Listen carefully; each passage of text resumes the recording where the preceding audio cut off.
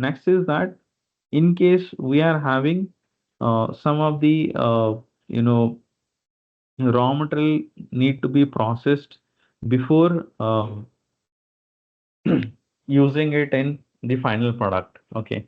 Example is that customer is buying a gray fabric, customer is buying a yarn, customer is buying the skins of the leather.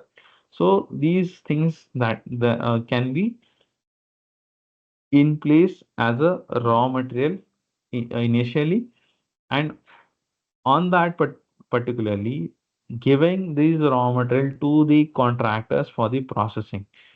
Like example is there is a issue entry available,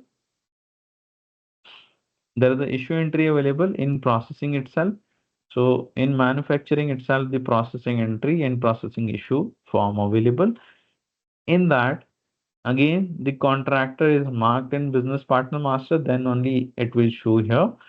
Next is that when you select your contractor or like processor, you can see that if anything, the document which you have been already purchased from the vendor something, you can put that particular document number here as a reference exactly what quantity, what the product you are issuing to your processor.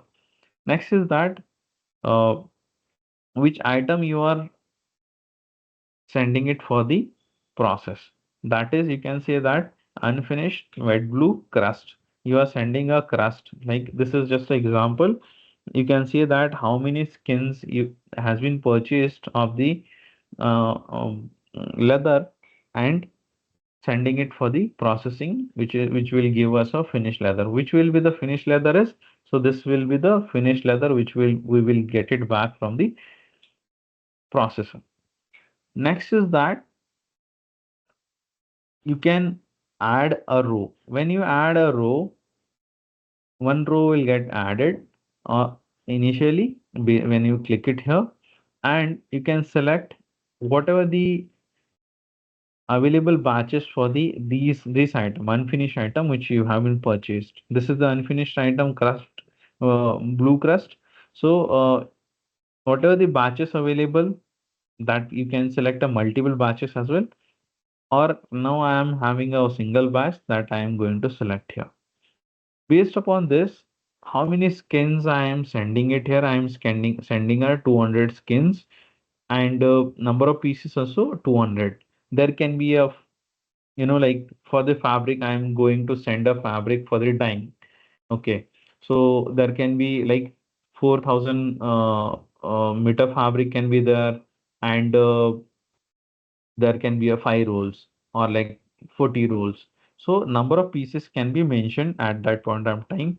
Right now I am having a quantity of 200 skins, and number of pieces also I am having a 200. There is a, like metal warehouse and processing warehouse is an important thing. So whatever the available material, whatever the item you have selected, is it available in this warehouse? Based upon that only your list of the batches is showing here. Okay. Next is that when you are issuing the goods like unfinished leather, then your raw material will get transferred to this particular warehouse. Okay. For that, uh, you have to add this particular document. In that case, if you want to provide any lot number, okay, in case any lot number is received for that particular invoice from the vendor or somewhere, in case any program name you want to provide it for the dyeing or something, that also can be mentioned. And again, these three dates are available. Then you can link your project as well in case you want to link a project for this particular issue of the document. Now you can say that add.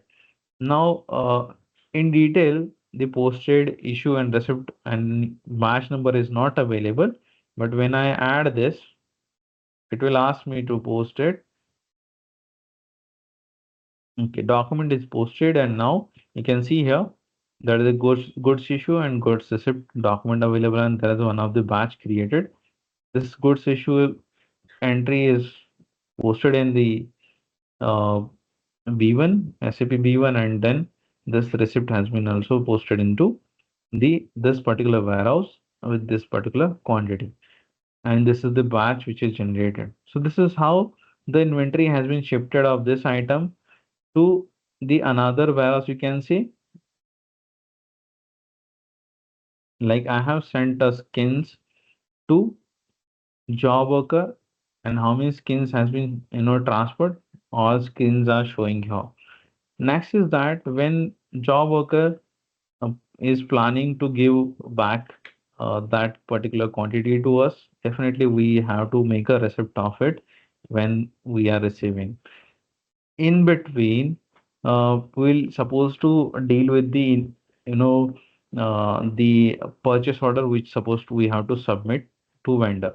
So for this particular lot, so now you can see that this is the lot which we have been issued. Now the lot quantity and everything is showing here. Next is that you require a purchase order for that. So without purchase order, you cannot receive the processing, the inventory. So to do that, you have to open this purchase order. In that, you have to select a order type processing. In that, you will be able to select a lot. Okay, this is the lot, and what is your supplier is this one. Against this supplier, there are some non-inventory item which are created for the processing charge that you have to define. In any case, there you have other charges available, and there can be a transport charge also available, can be charged by the vendor. So these, suppose we have to put everything here, okay, and all quantity, then how many charges we are paying for this particular activity? Like I can say that 35 rupees, and there is a tax code, we have to define it. There is a 1 rupees other charges, we can say, just mentioning that. And in case any transportation of like there is a 600 rupees for the transportation, and there will be the uh, a tax again will get applicable extra. There is, when we are mentioning that, you have to define it exactly. The charges is for processing or other charges which is mentioned here. Okay, so it will impact your the processing charges thing. And now you can proceed further. So for that, against this particular processing charges you are paying, and you have already issued the unfinished fab leather to the processor. In that case, exactly what is finished leather you want, that you have to define here as well. Okay, that that means you have sent it skins, but after that skins is converted into the another item, that item is this one, which is finished leather black. Now this is the warehouse. In this warehouse only the inventory will get added. You can link a project as well with this, and you can add this purchase order.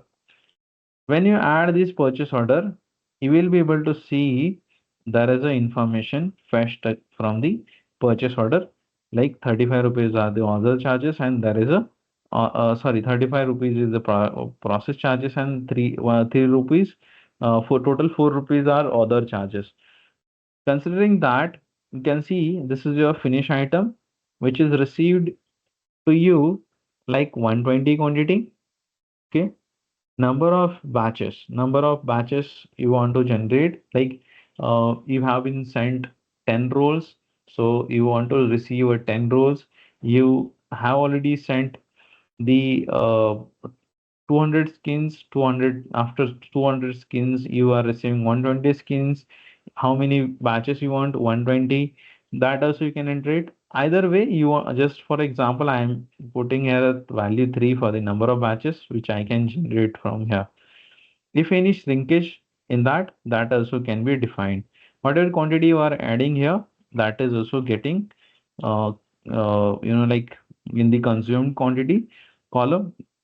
In case uh, this is actually the consumption, okay, what are the skins you have been uh, issued, and against that, in case the excess, you know issued 200 skins, but vendor says that he has used 150 skins to produce 120 skin 120